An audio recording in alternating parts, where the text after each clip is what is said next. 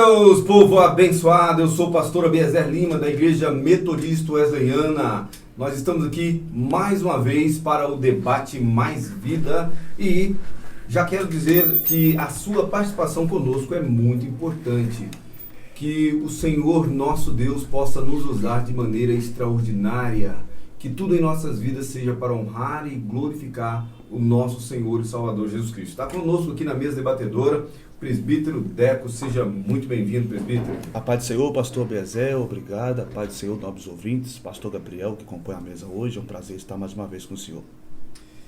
Também o pastor Gabriel Monteiro. Seja muito bem-vindo, pastor. Deus abençoe sua vida. Amém, grande privilégio, né? Estarmos juntos mais um dia, mais uma quinta-feira, para expormos um pouco daquilo que o Senhor tem falado a nós. Que Deus nos abençoe em mais um programa. O presbítero Deco estará orando por nós. Perfeito, oremos. Deus, obrigado por essa oportunidade a qual o Senhor concede a nós. Louvamos ao Senhor, porque o Senhor tem sido bondoso para com a nossa vida. Que o Senhor possa estar presente em nosso meio, nos auxiliando, nos ajudando através do Teu Espírito Santo. E todos aqueles que são ouvintes e participativos desse programa também sejam alcançados por Tua Palavra. Que a nossa vida seja diante do Senhor direcionada a tudo aqui dizer, possa ser para a glória e a exaltação do Teu santo nome. É a nossa oração, crendo assim e agradecendo em nome de Jesus. Muito bem, pessoal, nós estamos aqui, nos adaptando tecnicamente aqui para fazer aí um bom trabalho, e que o nosso Senhor seja exaltado naquilo que nós vamos alcançar nessa tarde, E eu quero compartilhar com vocês, então, qual é o nosso propósito da fala do presbítero Deco, do pastor Gabriel. Nossa pergunta, nossa busca em responder aí questionamentos, pensamentos no meio cristão, é justamente qual a melhor forma de lidar com a sexualidade teologicamente, casamento, ideologia de gênero, liberalismo. Como nós devemos tratar à luz da Bíblia esses assuntos de uma maneira contundente, firme, posicionando ali a vontade de Deus e não a nossa, Esse é o nosso objetivo. Nós temos que falar justamente aquilo que a palavra de Deus nos traz, não apenas aquilo que eu penso ou deixo de pensar. Presbítero Deco, começando com o microfone 2, qual as suas observações iniciais, suas considerações em relação a esse tema? Pois bem, eu já inicio fazendo a observação que é um tema muito polêmico, Eu tenho certeza que muitos dos nossos ouvintes, certamente, têm interesse em aprender um pouco mais. E por ser tão polêmico esse tema, acaba que os ideais são colocados à mesa, daí os desafios quanto às ideologias. Só que nós, no entanto, no âmbito cristão, temos a Bíblia Sagrada como a nossa única regra de fé.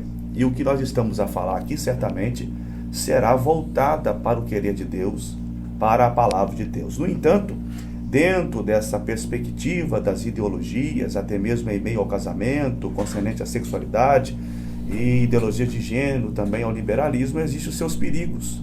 E esses perigos precisam ser combatidos à luz da palavra. E que nós possamos aprender nessa tarde um pouco daquilo que precisamos usar em defesa da nossa fé, para, no entanto, ajudar os nossos irmãos, também nós nos orientarmos um pouco mais, para nos posicionarmos como verdadeiros apologetas, porque os tempos são difíceis, E essas ideologias, aquilo que cada um tem por seu ideal a si mesmo, propriamente dito, ou para um grupo de pessoas, nós precisamos olhar isso à luz da Bíblia, com grande discernimento, sabedoria e temor, e assim, com a ajuda do Senhor, nós vamos vencendo esse grande desafio. Pastor Gabriel Monteiro, suas considerações iniciais, o que o senhor tem para nos trazer em relação a esse tema? O presbítero Deco falou muito bem. É um tema que ele é claro à luz das Sagradas Escrituras, mas que não deixa de ser desafiador, principalmente pelo momento em que vivemos socialmente, Passamos por uma grande revolução sexual, não é verdade? E essa revolução sexual trouxe consigo, ou tentou trazer consigo, melhor dizendo, um descrédito das bases conservadoras, bíblicas, a respeito do valor do casamento, a respeito da bênção que é essa vida conjugal, a respeito do que é uma sexualidade sadia à luz das Sagradas Escrituras. Então, inicialmente, eu acho que é importante nós entendermos que o sexo, ele determina, né, o comportamento, a forma física e até mesmo a estrutura cerebral, o modo de pensar a vida. E quando eu estou falando aqui sexo, eu não estou falando do ato, mas da sexualidade em si, né? Quando falamos de sexualidade, né, presbítero, a gente não pode pensar apenas nas relações sexuais. Nós precisamos lembrar que Deus nos criou seres sexuados, né? E o fato de criar-nos seres sexuados e, né, homem e mulher de forma ali diferente, demonstra que Deus tem um propósito claro em relação à sexualidade, seja no casamento ou em qualquer outro aspecto da vida. Então, vamos lá. Começando pelo começo, né? O que a Bíblia nos traz como orientação em relação à vida sexual, visto que muitas vezes nós encontramos circunstâncias onde, dentro do ambiente evangélico, o sexo é sempre tratado como pecado, né? E a gente cresce ouvindo isso como uma forma de prevenção. A gente sabe que é prevenção. No entanto, às vezes ficamos limitados apenas nesse contexto, sexo como pecado. E, na verdade, nós precisamos dar uma orientação adequada. Presbítero Deco, pastor, fiquem à vontade. Pois não. O pastor Gabriel iniciou fazendo uma distinção daquilo que seria sexualidade e a prática do sexo, né? Quando falamos de sexualidade, estamos falando de gênero. Gênero que é definido pela Bíblia, macho e fêmea, e ponto final. Deus fez macho e fêmea, Gênesis 1:27 fala isso. Quanto à prática da sexualidade, certamente houve uma deturpação, né? Infelizmente, o inimigo tem usado uma degeneralização quanto a esse tema, e atualmente o sexo tem sido banalizado na mente de alguns. Nós vamos encontrar, à luz da Bíblia Sagrada, que Deus instituiu o casamento, e no casamento deixou algumas coisas também para trazer felicitações para o homem e para a mulher, que é inclusive o sexo. Alguém já disse de uma forma gracejo, mas é um perigoso dizer que Deus criou o casamento e o diabo fez o sexo. Isso é uma mentira, né? É uma coisa muito errada o pensamento desse. Só que nós temos limites, padrões, e à luz da Bíblia vamos aprender quanto a isso. Mas fazendo essa distinção em questão de gênero, né, sexualidade e a prática do sexo, nós temos a Bíblia Sagrada definindo o gênero macho e fêmea. E a prática da sexualidade, no caso já falando da prática do sexo, está limitada ao casamento em um homem e uma mulher, para benefício, para alegria, para um bom prazer, né? Isso limitado ao casamento. Perante a isso, a Bíblia Sagrada nos orienta todas essas coisas à luz da Bíblia, e é claro, ao longo do nosso debate a gente vai falar um pouco mais aqui, mas eu quero abrir espaço ao pastor Gabriel, que certamente vai ter um pouco mais a nos trazer. Bom, realmente essas distinções são muito importantes para entendermos questões de comportamento, entendermos também questões relacionadas ao ato, né, sexual que o Senhor Deus deixou como um presente ali para os seres humanos. A igreja, ela não condena a relação sexual. Então, se existe um tabu, se existe uma perspectiva que muitos acabam acreditando ou têm medo de conversar sobre o assunto, pensando que já estão cometendo pecado só de perguntar alguma coisa a respeito disso. Não, a Bíblia ela não traz o sexo como algo pecaminoso, a relação sexual. O grande problema, como em todos os erros, é a deturpação daquilo que Deus institui. Deus institui o sexo como algo harmonioso, belo, algo abençoador ali para a vida do casal. Como o presbítero bem colocou, tudo aquilo que Deus faz, Ele faz de forma perfeita, mas dentro de uma perspectiva coerente. Então, a relação sexual ela foi introduzida na vida de um casal, ali em Gênesis, né? Estamos falando de um propósito de Deus para um casal. E a relação sexual, na nossa perspectiva cristã, ela transcende apenas uma carnalidade. ela vai muito além de eu ter um prazer ou oferecer um prazer e ponto final. Né? A sociedade, a revolução sexual, ela traz essa perspectiva, né? Que faz o sexo com um, depois pula para outro parceiro e assim por diante, porque é apenas um ato de dar e receber prazer. É um hedonismo, né? Seria, né? Um hedonismo, né? A busca pelo prazer, também a forma que o homem tem sido colocado no centro de todos os pensamentos, Perfeito. não é verdade? Mas quando nós olhamos para a Bíblia, nós vamos perceber que a relação sexual, né, ela envolve aspectos emocionais, ela envolve aspectos espirituais, é um laço, é uma aliança. E os irmãos, né, os ouvintes precisam entender sobre isso, justamente para começarem a ter uma consciência do quão sério isso é aos olhos de Deus e de quantas consequências isso pode trazer na vida do sujeito quando ele o usa de forma desenfreada, de forma incoerente, errada.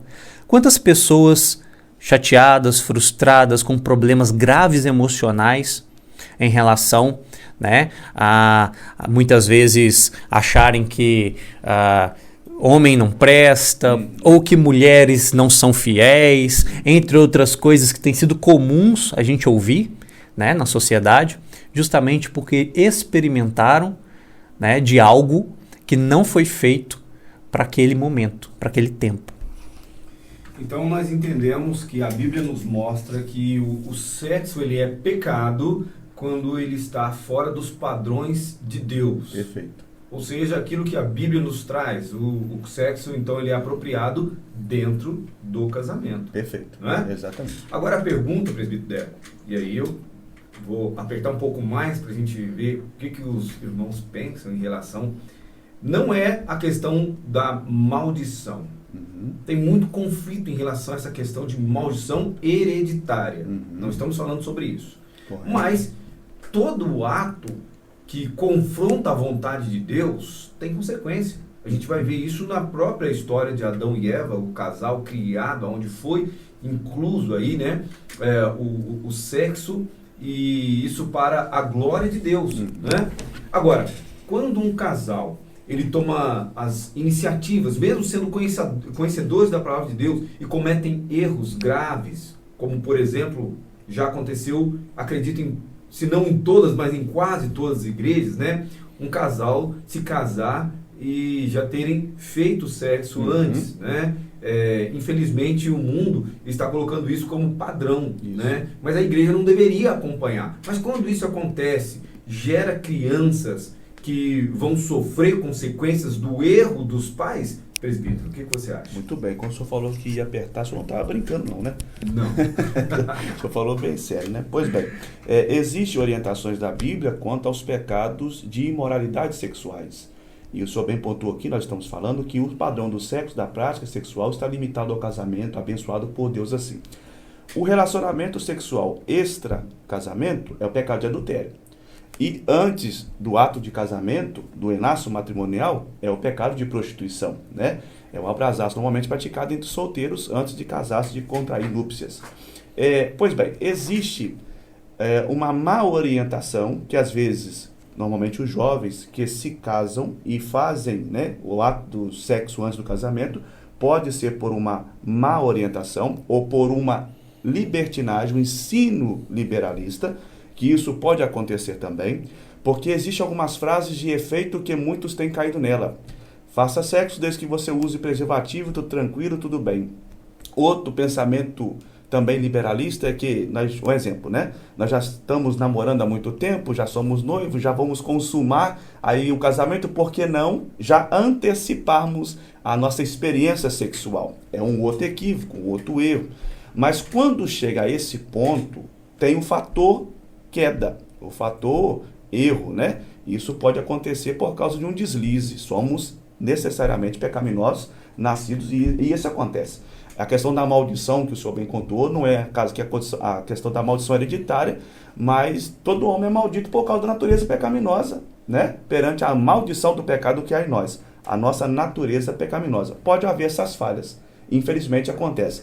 não podemos cair no erro em dizer que o fruto desse relacionamento, ainda que errado, ele se torna ali o filho amaldiçoado por conta disso, mas as consequências ficam. Nós estamos vendo aí mulheres, jovens, moças, sendo mães solteiras, porque até então consumar o sexo era tudo muito bem, mas depois disso fez o que gostaria, cada um foi para o seu lado, ou então o rapaz abandonou covardemente. Pais solteiros que até hoje, por consequência, pagam pensões aí, né, vai longos anos, e estão desfrutando de uma consequência que fica. Agora, e essas crianças? Nós vamos condená-las como filhos do pecado, né? Em que elas são condenadas? Não há cabimento quanto a isso. Até porque, claro, todos nós nascemos sob a maldição do pecado, porque Davi mesmo falou que em pecado fui concebido desde o ventre da minha mãe, isso é em nós, mas não podemos colocar como uma maldição herdada ou até mesmo uma consequência. Essa criança, de fato, ela veio, digamos, rapidamente, né? Existe uma palavra que me fugiu aqui na memória, quando a criança nasce 7 meses, 6 meses, prematuramente, mas não é um caso desse, mas talvez sem planejamento familiar, né? Às vezes inesperado, imprudente, mas não significa que essa criança está debaixo de um jugo, de um pecado, até mesmo de uma maldição hereditária, podemos dizer assim. Perfeito. Concordo, tá, com a colocação. Eu creio que existam consequências visíveis, tá, e invisíveis de tudo aquilo que nós cometemos enquanto pecado. No caso da relação sexual fora do casamento, consequências visíveis que nós podemos muitas vezes ver. Famílias, pelo menos inicialmente, desestruturadas, né, fora do tempo, às vezes, né, alguém engravidou ali e a pessoa não tem um trabalho, não tem condições de sustentar aquele filho que virá. Fruto de uma relação sexual ali descompromissada. Como aquela criança ela vai crescer nesse contexto familiar, em que muitas vezes os pais não são casados, não têm um vínculo, ou em uma única noite o conceberam. Olha quantas consequências emocionais aquela criança vai carregar consigo e quantas consequências emocionais também a mulher vai carregar consigo. É interessante que a revolução sexual ela vai falar que nós estamos privando a liberdade do homem e também privando a liberdade principalmente da mulher, quando na verdade, né, a crença cristã ela está protegendo ambos de consequências duras. Se você perguntar hoje para uma mãe solteira, ela vai te falar o quão difícil foi. Não porque ela não ama seu filho, não porque, né, ela não tem um prazer ali nesse fruto que veio, mas por toda dor e sofrimento, labuta de ter, né, engravidado fora de um momento planejado. Então, como o presbítero bem colocou, certamente, pastor Biazer, teremos casais jovens, principalmente, em nossas comunidades, que por algum deslize podem ter caído e realizado o ato sexual. Esses casais, eles precisam, na minha percepção, tá, confessar esse pecado. É o primeiro passo para que a gente consiga abandonar um pecado, é a confissão. Confessar diante de Deus, mas procurar ajuda. Procurar um pastor, um líder de jovens, alguém que possa caminhar com eles nesse processo, porque nós sabemos que não é fácil. A gente está imerso em uma cultura completamente sexualizada. Você liga um filme, tem relações sexuais. Você abre uma rede social, tem algo ali que te induz. Então, os jovens, principalmente, já estão à flor da pele naquele momento. Começa um relacionamento. Infelizmente, o momento que vivemos também, que não era o caso bíblico. Os jovens hoje namoram por muito tempo. Verdade. Biblicamente, nem namoro existia. Já era uma aliança entre famílias, um noivado acontecia e tinha o casamento e a consumação deste com a relação sexual. Desculpe interromper, claro. Você colocou uma coisa muito importante, que o namoro é cultural até, né? No nosso ocidente aqui. Perfeito. O princípio de conhecimento. É aquele momento em que a moça e o rapaz vão se conhecer. Mas muitos pensam, por estar namorando há bom tempo, já está praticamente casados. né? Então aí começa a se ultrapassar limites, é o famoso abrasar que Paulo afirmou para não ter essa condição pecaminosa, né? É melhor casar do que abrasar-se. Mas tem pessoas que pensam, nós estamos namorando há muito tempo, logo o que nos impede de fazermos um ato, né, sexual? E o grande problema disso tudo, e estamos falando, né, isso envolve casamento, envolve tantas coisas, é que acaba, muitas vezes, nesse longo namoro, os casais trazendo para esse relacionamento algo que Deus preparou para o casamento, pulando muitas etapas e assim se frustrando, perdendo ali aquela admiração que tem um pelo outro, perdendo, né, aquilo. Por quê? Porque pulou fase, pularam etapas, né? Então, esse tipo de consequência é real e visível, fora aquelas emocionais, psicológicas, né? Quantas vezes nós temos dentro desses relacionamentos onde não há um comprometimento muito grande, em que diz não haver comprometimento, mas um laço emocional ele se cria. Perfeito. E muitos saem dali frustrados, homens, mulheres, saem dali machucados e depois têm dificuldade de confiar no próximo relacionamento. Tem dificuldade, né, de dar o próximo passo para o casamento, porque quando ele olha para os casamentos, né, aí do mundo, ele percebe uma inversão de valores, grandes problemas. Então fala, olha, isso aqui eu não quero para a minha vida. Exatamente. Então tudo que foge do padrão bíblico, da maneira que Deus estabelece, de alguma forma vai trazer consequências. Então, olha só, a participação dos nossos ouvintes. A irmã Lucimar Fontes está dizendo o seguinte: paz do Senhor Jesus, varões. Um dia eu ouvi um pastor falar e achei lindo que Deus se alegra ao ver os seus filhos casados, na presença de Deus, se satisfazerem sexualmente. Ele, Deus, é o primeiro elo de um matrimônio feliz. Fiquem com Deus. Ela está dizendo, né, sobre a observação da ótica de Deus em relação à vida ativa sexual dentro do casamento, né? E aí eu quero ampliar aqui para vocês falarem sobre a fala dela. Eu acompanho algumas vezes o pastor Juscelio do Mevan, fala muito bem sobre família, casamento, né?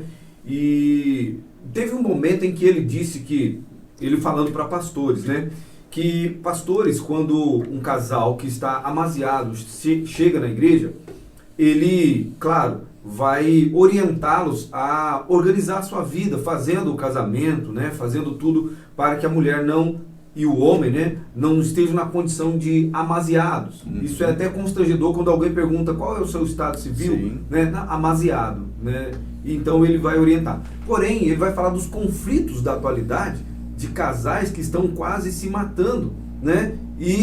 Mas enquanto amasiados, viviam bem. Após o casamento, aquela tragédia. E aí ele vai fazer a seguinte observação, que em alguns casos, essa é uma observação dele, aí eu quero saber o que vocês acham. Seria melhor que o pastor os deixasse amasiados, né? Para não ampliar aquele conflito que muito provavelmente já estão vivendo, né? Existe essa possibilidade? O que vocês acham, presbítero Deco? Bom, eu não concordo com a posição deste pastor, né? Eu não conhecia, eu vou até pesquisar sobre, achei interessante o que ele colocou, mas não concordo. Existe um jargão mundano que diz que quem amigado é casado com fé, né? Essa questão do amasiado. Isso não é verdade. A igreja, enquanto a sua instituição, ela tem seus estatutos, seu regimento interno e ainda mais voltado pela palavra de Deus. Isso é incabível, inconcebível. Mas é uma realidade de muitos, infelizmente, até porque estão na condição de pecados, né? Estão em condição de pecados e no final da história estão fazendo a vontade do adversário e logo o adversário os deixa ali à sua deriva. E isso vai trazendo para eles um conforto, uma ficção de uma paz, de uma tranquilidade que na verdade estão cada vez mais ao léu do seu pecado. Quando eles vão consertar a sua vida dentro desse padrão e procurar os trâmites legais para se casarem, se enlaçarem matrimonialmente, aí começa a sua perseguição, porque logo estão aí voltados para fazer a vontade de Deus. Então, uma outrora estava debaixo de um jugo maligno, pelo pecado, diante dos seus prazeres, suas vontades, tudo é mil maravilhas, e agora fazendo a vontade do Senhor, dentro desse trâmite legal, os desafios acontecem, aumentam, e o inimigo, o adversário da nossa alma, começa vamos usar um termo assim, bem baixo, no sentido de simples, né? A cutucá-los, a colocá-los sob provas. Isso é importante nós orientarmos quanto a isso. Mas eu não vejo base da afirmação que ele faz de que era melhor se eles estivessem continuados amaziados. Isso é um termo antibíblico. O próprio Deus foi o primeiro cerimonialista de um casamento de Adão e Eva. Deus disse claramente: deixará o homem o pai e a mãe e unir-se-á a sua mulher.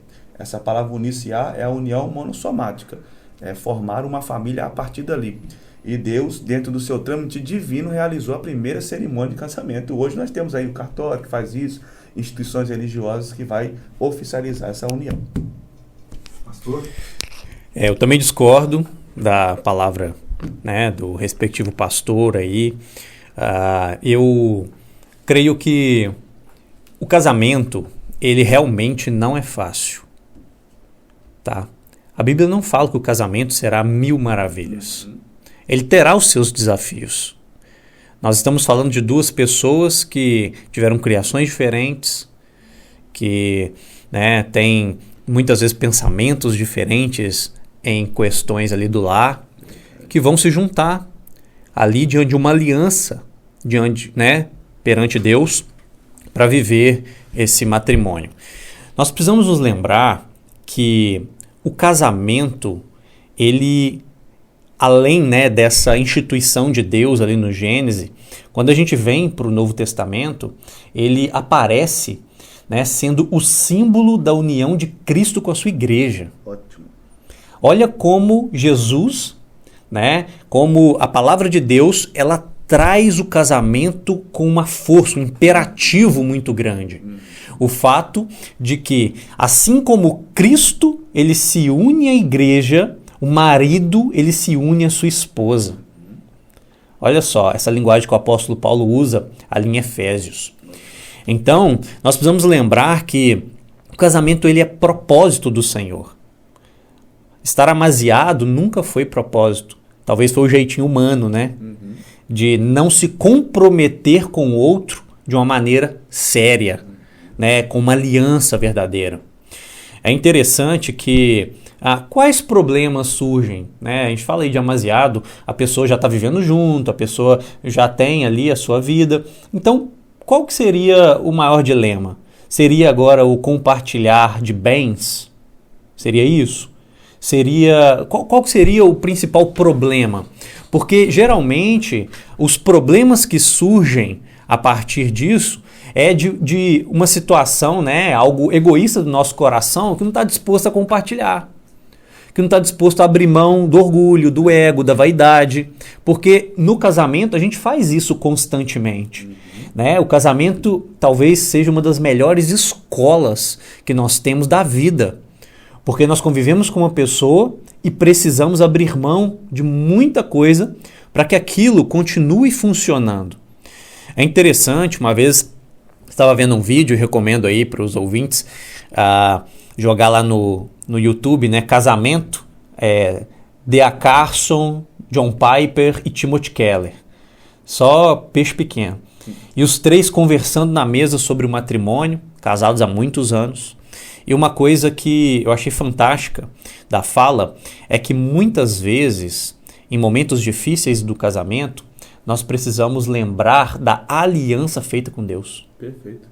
Nem sempre o amor, aquele fogo, né, que todo mundo quer sentir, que a sociedade fala que se você não sente, acabou, né, o casamento.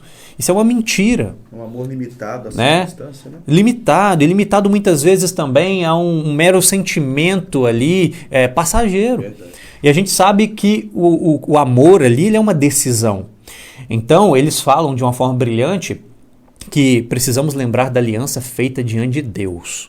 E essa aliança, ela vai nos manter firmes mesmo nos momentos difíceis. É isso aí, pessoal. Nós vamos fazer uma pausa e daqui a pouco nós vamos falar sobre a reação dos nossos ouvintes, né? Mas fique ligadinho aí, porque daqui a pouco nós estamos de volta. É bem rápido.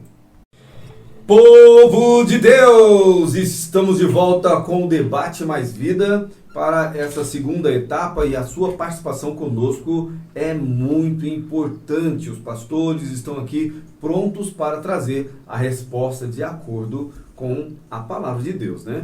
Bom, pastores, a participação aqui do pastor Rian, um grande abraço ao pastor Rian, Deus abençoe grandemente aí a vida do nosso amado pastor da Igreja Batista Parque Safira, né, pastor auxiliar ali. Deus continue usando de maneira extraordinária. E a fala dele é a seguinte, pastores, tema muito pertinente, mas em nome da saúde pública tem sido feita aberrações como aborto e etc, bem como a propaganda da falácia, meu corpo, minhas regras. Um grande abraço, queridos participantes, pastor Gabriel e presbítero Deco, do pastor Rian. Ele mandou um abraço para mim, então tudo bem, vamos deixar desse jeito. Não leve ao coração. Que isso, Rian. Bom, pastores, e aí? Né, essa falácia, né, meu corpo, minhas regras, por causa disso, muitas tragédias, vamos dizer assim, tem acontecido, né, muitas pessoas têm morrido antes mesmo de ter a oportunidade do nascimento, né? E também a libertinagem, né? As pessoas com o meu corpo, minhas regras, têm feito sexo de maneira, né, deturpada, provocando até a ira de Deus, né? Ah, tá, agora eu ganhei um abraço aqui do pastor Rian, muito obrigado.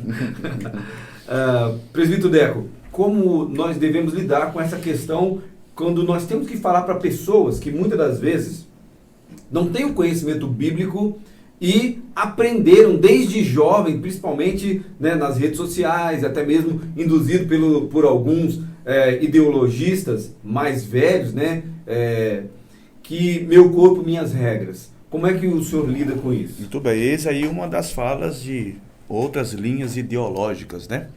Por exemplo, as ideologias feministas aplicam isso, principalmente quando se fala das mulheres que dizem meu corpo, minhas regras. E logo a vida delas, que tomam isso por regra de vida, de conduta, de costume, né, acaba se envolvendo na prostituição, ao prazer do sexo, no hedonismo, não somente as mulheres, como também aos homens. Meu corpo, minhas regras é uma frase demoníaca até. Nós, como cristãos, somos orientados... Desculpa, nós até tratamos sobre o tema progressismo, né? Excelente. E isso, infelizmente, está sendo impregnado na cabeça, principalmente dos jovens. Então, e os jovens cristãos têm que se lembrar que nós somos templo do Espírito Santo.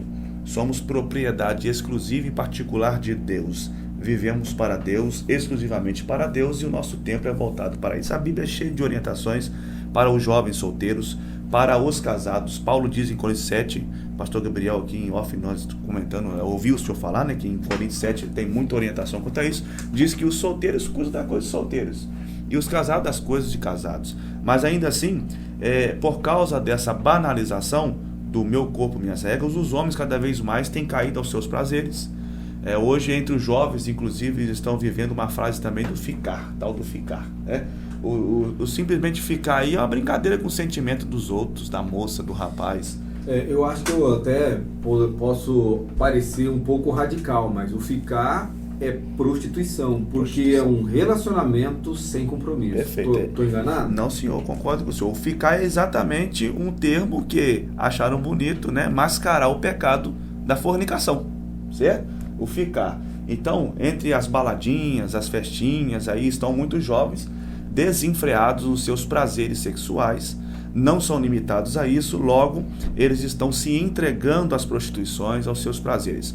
Com isso, existe gravidez precoce, existe brincadeiras com o sentimento dos outros, pessoas depressivas, jovens cada vez mais desgostosos dos prazeres da vida, no sentido de procurar um bom trabalho, se formar e ter uma nova família.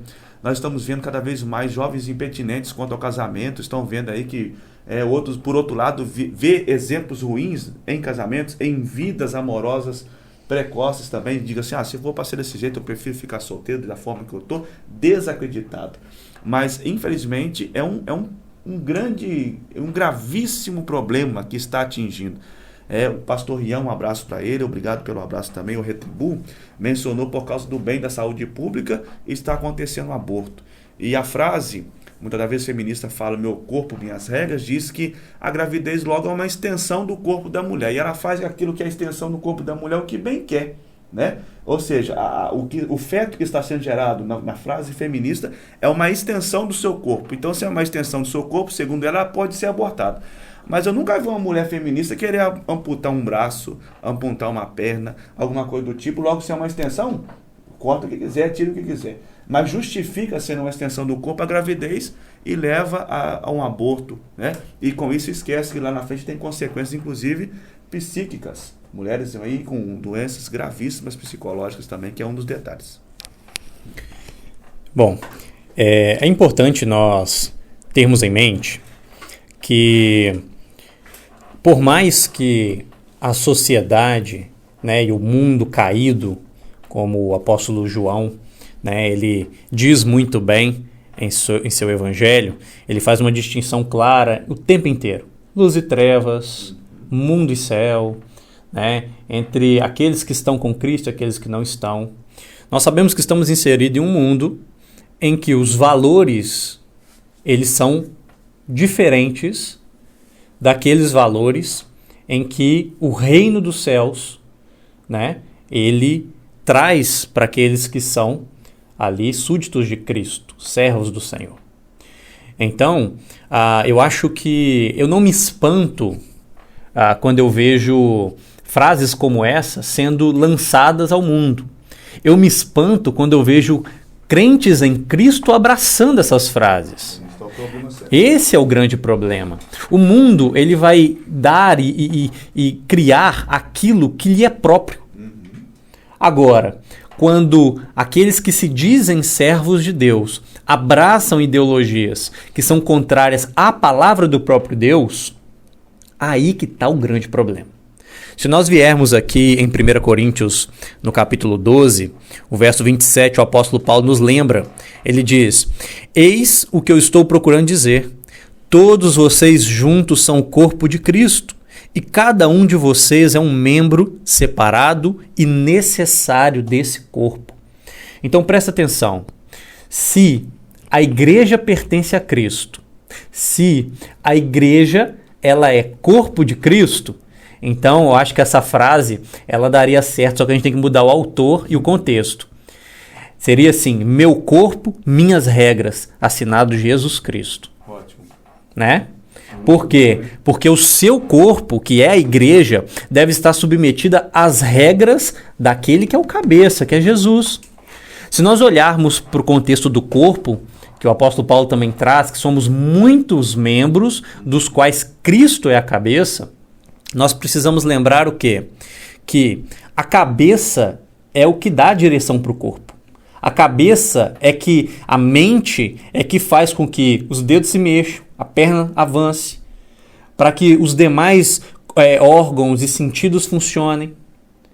Né? Até porque, se você perceber, quando alguém tem uma morte cerebral, o que acontece? Às vezes o coração está pulsando, mas no hospital já fica assim: gente, agora preciso do consentimento familiar para desligar os aparelhos. Por quê? Porque a cabeça é que governa. Então, Cristo, ele é a cabeça da sua igreja. Se nós somos corpo de Cristo, presta atenção, o que define, o que orienta, o que norteia você é Cristo. O seu corpo já não te pertence, ele pertence a Cristo Jesus. O presbítero Deco colocou muito bem. Nós somos templo do Espírito Santo.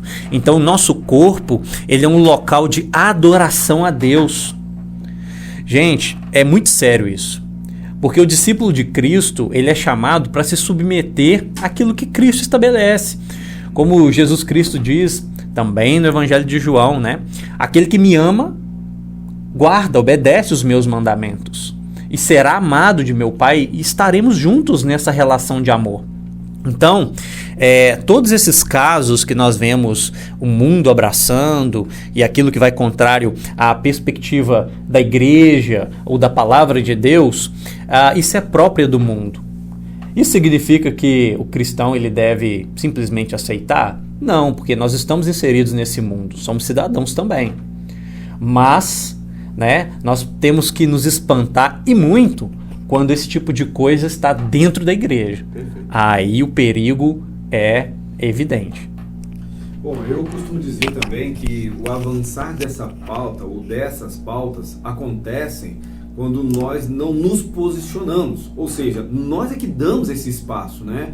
A gente não precisa partir para o confronto direto, mas a gente precisa pelo menos se posicionar para que esse espaço da igreja, ou esse espaço do cristianismo, esse espaço do Espírito Santo através de nós, não seja ocupado por outrem.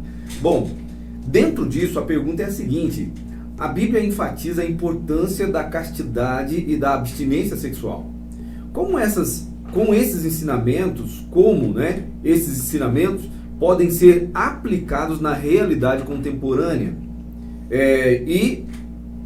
usando também o ponto de que a sexualidade faz parte da natureza humana, né? Então nós temos que saber lidar com isso. Mas esse assunto tem sido pouco abordado no meio evangélico. A gente tem muitos sermões ou vários estudos bíblicos que são direcionados para vários pontos. Mas esse é um que tem ficado de lado. O que vocês acham, presbítero? Pois bem, é uma questão de quebra de tabu também, né?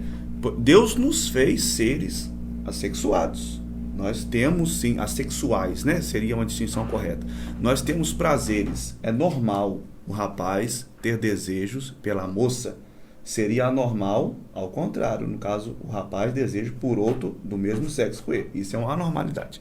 Com isso, Deus nos fez criaturas assexuais, com desejos. Quando o senhor falou sobre a questão da castidade, né, dessa limitação, nós precisamos resguardar isso na questão do solteirismo. Os namorados aí se reservarem, se tornando puros, se reservando para o dia do casamento. Isso é para o homem e para a mulher, né? Homem e mulher. Porque culturalmente isso tem invadido a igreja também. Verdade, porque o princípio do casamento é heterossexual e monogâmico. Um homem e uma mulher e um homem para uma mulher, né?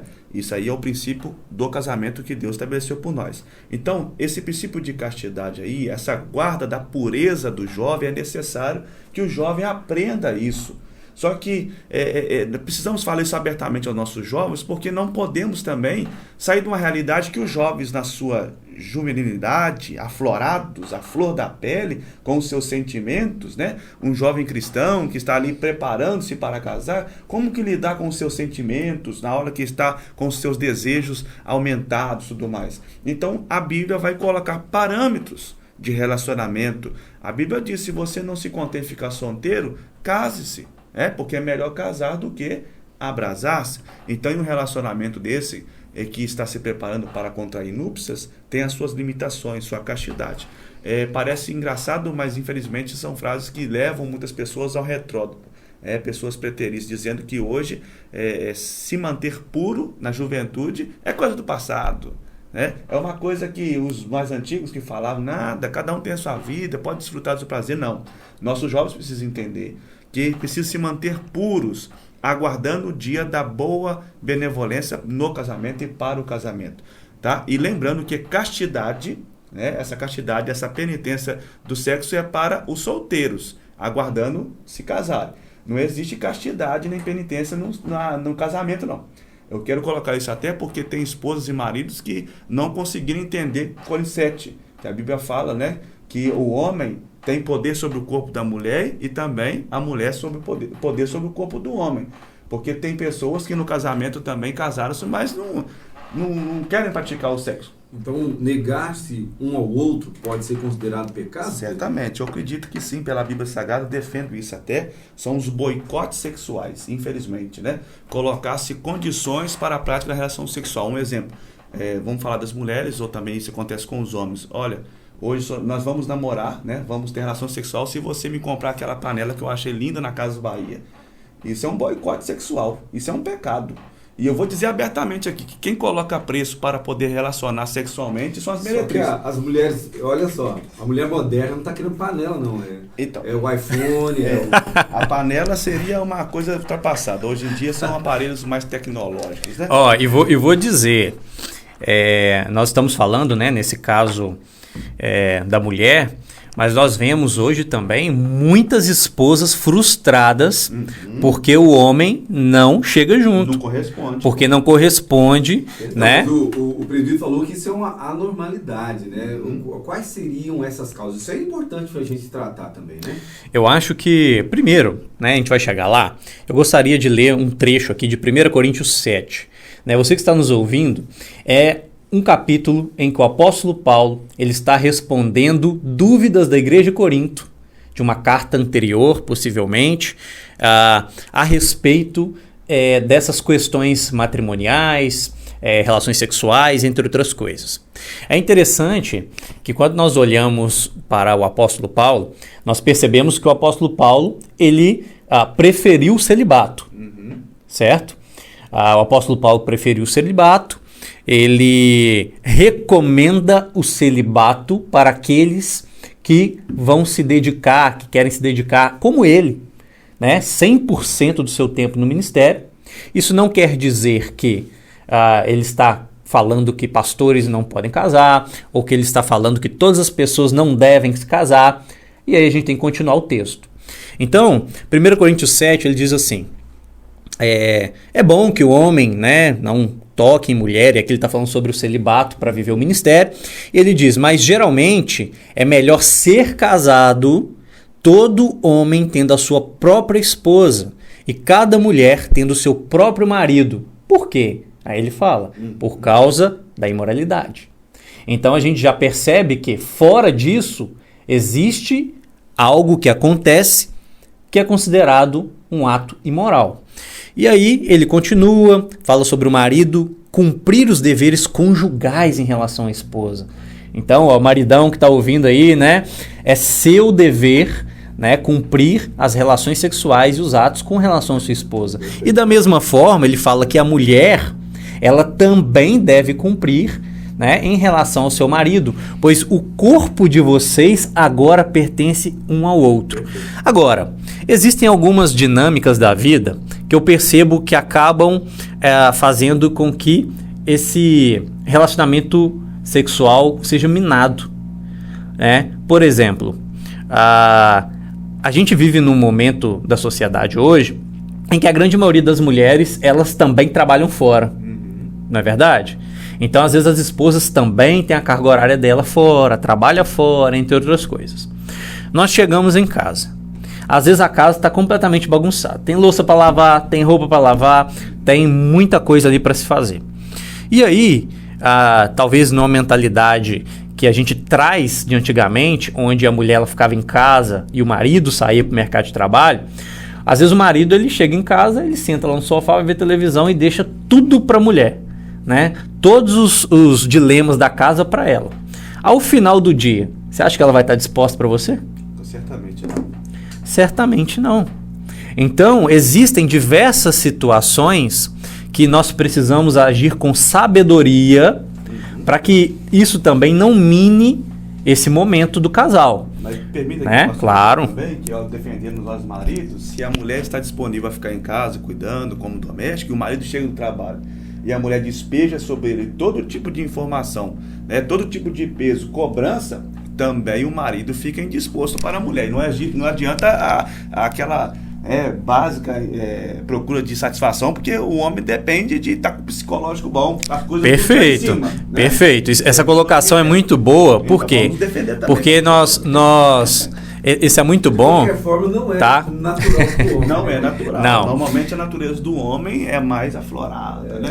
Mas esse contraponto é importante, tá? E quando eu estava falando aqui das mulheres, eu não estava minimizando o problema dos homens, e foi muito bom a colocação do presbítero. Mas por que isso é importante falar? Porque dentro de um casamento, ambos têm as suas funções, os dois têm as suas, né, situações, sentimentos, a maneira que funciona a cabeça. Isso. Então nós precisamos, né, de cuidar realmente um do outro.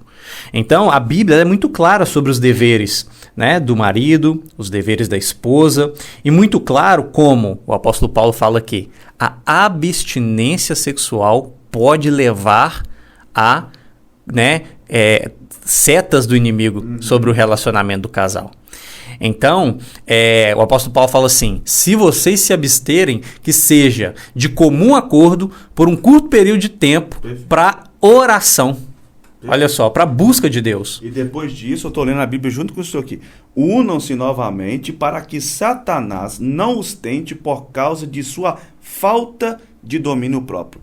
Coríntios 7:5. E existe um detalhe aqui, que às vezes o homem, como sacerdote da casa, também a mulher espiritualizada, serva de Deus, a prática do jejum, da oração, né, para uma vida em comunhão com Deus. Tem homens e mulheres que jejuam 30 dias no mês, meu. Me ajuda aí, né? Jejuar 30 dias no mês e quando chega na prática do sexo, não, hoje eu não vamos namorar porque eu estou de jejum, vou fazer um jejum. Então, Paulo ele faz a observação que seja por um curto período de tempo. Eu costumo dizer que provavelmente em torno de uns 3 a 4 dias já começa a ter problemas. Certamente. Já começa a criar dificuldades, né? Por quê? Porque as brechas vão se abrindo, né? Uma mulher ou um homem, né? Eles já começam a ficar expostos. Onde? Primeiro nos pensamentos, né? Ele já está, ou ela já está em abstinência por algum tempo, e a Bíblia, Paulo vai dizer que deveria ser por um curto período de tempo, né? E se isso é em excesso, os pensamentos começam a ficar fora do controle. Isso. Perfeito. E um ponto a salientar, que nós estamos falando aqui de um jejum que envolva abstinência sexual. Exato. Né? Você quer fazer um jejum de uma outra coisa, né? Um jejum bom que eu proponho ultimamente, ficar sem rede social. Fica fazendo jejum de rede social ou não está comendo só líquido, mas eu estou em jejum. Mas o jejum de rede social coisa sim. Não tem a ver com a outra. O jejum de rede social costuma dar abstinência, pastor. Aí tem que levar numa UPA, né? Porque esse pessoal não está conseguindo tirar do jeito que está. Então, assim, nós estamos falando de um tipo específico de jejum, né? O que envolve toda a nossa temática aqui dessa tarde. Então, eu acho que é importante ressaltar a todos os ouvintes que o casamento ele é bênção, tá? O sexo preparado para dentro do casamento também é bênção. Nós temos várias recomendações bíblicas e qual o intuito dessas recomendações? Fazer com que nós não caiamos nas tentações e no pecado. A nossa mente é um solo fértil, como o pastor Biazé bem colocou ali. A abstinência pode levar esse solo fértil, né? Então nós temos que ter cuidado, prezar pelo outro. Quando nós estamos, não abrimos, na verdade, esse tipo de brecha, esse tipo de precedente, por mais que o homem seja um grande servo de Deus, ou a mulher uma grande serva de Deus, nós precisamos fechar as brechas do nosso casamento, no nosso lar, para termos assim, né, um matrimônio abençoado. Deixa eu só fazer uma colocação aqui. Eu achei interessante o senhor falar quanto à escolha de Paulo fazer o celibato, né? Alguns dizem que ele era solteiro, outros comentam que Paulo foi abandonado pela esposa quando se converteu ao cristianismo, etc, etc. Mas esse celibato, ainda que seja por opção do apóstolo Paulo, não pode se levar em defesa dos jovens pensar que eles vão ficar vivendo como solteirões, ainda que por escolha, mas viver um celibato incontinente. Tipo assim, eu nunca vou me casar, eu quero só diversão, quero só brincar, quero só ficar, quero só namorar. Isso aí é um erro gravíssimo. Mais uma vez é considerado prostituição. É prostituição. Qualquer relacionamento sem compromisso... Porque alguém pode pensar, não, Paulo escolheu o celibato, então logo eu posso fazer a obra de Deus, então sem me casar, né? Mas viver uma vida promíscua. Não é bem isso não. Né? Você não vê o apóstolo Paulo pecando, você não vê o apóstolo Paulo prostituindo. Então, aqui tem a participação da Adriana Blunt. Ela diz o seguinte: boa tarde, ouvindo o programa, mas a opinião dela é essa: não é fácil ensinar os filhos e eles seguirem a regra. Ensinei os meus filhos muito a não praticarem sexo antes do casamento. É muito difícil isso não acontecer. Depois de um tempo aconselhando, comecei a dizer para eles realmente que isso é pecado. Mas tive que falar também que se fossem praticar, tinham que usar preservativo. Porque quantos problemas e doenças acontecem através do sexo e não isso é bem complicado. Tenho um filho e aconselhei muito, namorou durante 1 ano e meio, mais ou menos, e a moça engravidou. Os dois foram aconselhados dentro da palavra e os dois casaram sem planejamento. O casamento foi, sem planejar.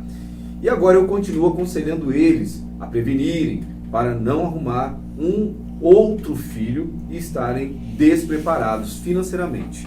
Pastores, o que vocês acham da opinião da irmã que falou que aconselhou, mas chegou um momento que ela teve que mudar o tipo de aconselhamento? Sim, aí existe a questão da responsabilidade individual. Ela, como mãe, e cristã, colocou as suas pautas, sua defesa de fé. E logo depois, vendo, quem sabe aí se eu entendi errado, os irmãos me corrigem, a atitude do filho aconselhou a ele se prevenir, porque senão aconteceria o que aconteceu, uma gravidez precoce. Pois bem, qual é o papel nosso como pais, como líderes, como pregadores, como pastores na igreja, influenciadores? É ensinar um planejamento familiar. Nós precisamos ensinar isso, um planejamento familiar, começando desde os nossos jovens, adolescentes, que hoje em dia um rapazinho aí de seus 12, 13 anos de idade já quer namorar, já quer ter uma mocinha para poder se relacionar com ela, e eu fico pensando que tipo de mentalidade teriam esses. Logo eles não têm um trabalho, ainda não teriam condições de manter uma família caso acontecesse um deslize. Então são coisas aí, inclusive, a levar sobre polêmicas, Até que ponto seria ideal o meu jovem, o rapaz, o adolescente no namoro? Eu acho que seria importante falar sobre isso também. Sim, nosso tempo já está bem limitado, então nós estamos encerrando. Perfeito. Vamos trazer sim para um próximo debate. Perfeito, mas a irmã aconselhou conforme as escrituras sagradas, aconteceu o deslize. O perigo do dualismo é o seguinte, não erre porque a Bíblia diz para não errar, mas de fato, se acontecer, leve uma camisinha, um preservativo na carteira, que você não sabe o que pode acontecer. Um exemplo, não é o caso que a irmã disse, mas no nosso caso é errôneo a concepção disso. É por isso que o jovem no namoro tem que ter suas vigilâncias. Evitar de andar sozinho, sempre estiver conversando próximo de alguém, não para ser monitorado ou vigiado, como muitos pensam, alguém vai tomar conta da minha vida, não. Mas para poder se preservar, evitar a aparência do mal, logo não chega a ultrapassar limites. É importante ressaltar que a orientação bíblica ela sempre vai sobressair, e essa vai ser a orientação da igreja. Talvez precisemos falar um pouco mais sobre essas temáticas, visto como a sociedade ela incendeia de uma forma muito clara, joga gasolina mesmo na juventude. Aqueles que conseguem esse caminho virtuoso que a palavra de Deus ela nos instrui, certamente terão menos problemas durante todo o seu processo. O que aconteceu aí com o filho da irmã é algo que é recorrente. Acontece muitas vezes. Nós sabemos que os pais eles têm um dever dado por Deus de orientar, de discipular, de conduzir os filhos. Mas precisam também entender que chega um determinado momento que vocês estarão ali para continuar orientando, mas a gente precisa confiar na criação que foi dada e que o filho vai tomar suas próprias decisões a partir de então. A grande questão é que nós sabemos a problemática em volta desse tema. Uma gravidez fora do tempo, uma criança que muitas vezes é tida como indesejada, sendo que ela não tem nada a ver com a situação, digo, a ver com o sentimento por trás disso. Então, nós temos que ter uma consciência de que, uma consciência até de questão de vida, sabe? Às vezes as pessoas elas têm uma relação sexual e o simples entendimento é, cara, eu quero saciar a minha vontade. Então, eu daria alguns conselhos para jovens casais aí que estão namorando, que eles saiam em turma, Perfeito. Sempre em turma, que não frequentem o quarto um do outro. Aos pais, dentro da sua casa, que você também não permita. Converse com a sua filha e fala, não quero dentro do quarto, com o filho da mesma forma. Que não passem uma noite, viagem sozinhos, passem noites em locais, né? Porque tudo isso é você abrindo brecha para que ocorra, né? Você não é forte o suficiente. Isso a gente tem que falar. Ninguém é forte o suficiente se dá brechas desse tipo. É bom estar sempre bem acompanhado, né? Bom, para a gente encerrar, eu quero agradecer aqui a Adriana, né, que participou aqui com a gente, a Lucimar, ao pastor Rian, a Luzia Vilela, e, enfim, todos aqueles que participaram, aqueles que não mandaram as suas mensagens, mas estão nos ouvindo. Deus abençoe grandiosamente. Quero partir aí para as considerações finais. Presbítero Deco, as suas considerações, fique à vontade. Amém. É um prazer sempre estar mais uma vez aqui no nosso debate, junto ao pastor Gabriel, então. É um prazer imensurável. Agradecer a Deus por esse momento tão oportuno, ao nobre pastor Bezé. E fiquemos com a palavra de Deus, que não existe relativismo nela, mas somente verdades.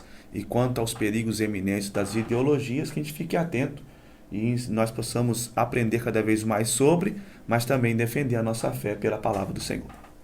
Pastor Gabriel Monteiro, suas considerações finais. Que você se lembre, né, daquilo que trouxemos aqui. Meu corpo, minhas regras, afirma Jesus para a sua igreja. Então, se você é a igreja de Cristo, você está debaixo daquilo que Cristo institui, daquilo que Ele estabelece. E Ele tem diretrizes claras e amorosas, tá? Para o seu casamento, para o seu namoro, para a sua vida a dois. Porque Deus tem propósitos definidos e abençoadores para a nossa vida. E colheremos muitas bênçãos quando nós seguimos aquilo que Deus traz na sua palavra. Pastor Gabriel, ore por nós. Amém. Oremos. Senhor Deus, eterno Pai, te adoramos e agradecemos por esse privilégio, por esse tempo com pastores amados, queridos. Rogamos que a tua palavra sempre seja o norte para as nossas vidas, porque vem do Senhor, Pai, as suas orientações, a inspiração do Espírito. Nós rogamos pelo dia que o Senhor nos conduza e tenhamos todos nós uma quinta-feira abençoada no Senhor. É a nossa oração no nome do Santo Cristo. Amém e amém. Povo de Deus, semana que vem estamos de volta. Fiquem na paz do Senhor.